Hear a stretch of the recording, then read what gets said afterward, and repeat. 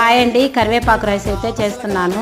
ముందుగా ఒక mixie jar తీసుకొని పచ్చిమిర్చి కడిగి శుభ్రం చేసి పెట్టుకున్న కరివేపాకు, జీలకర్ర, ఉప్పు అయితే వేసుకొని మిక్సీ పట్టేసుకోవాలి. హెల్త్కు చాలా మంచిదండి కరివేపాకు రైస్. మనం మామూలుగా కరివేపాకు తినాలంటే తినలేం కదా, ఇలా రైస్ రూపంలో చేసి పిల్లలకు పెట్టినా హెల్త్కు చాలా మంచిదండి.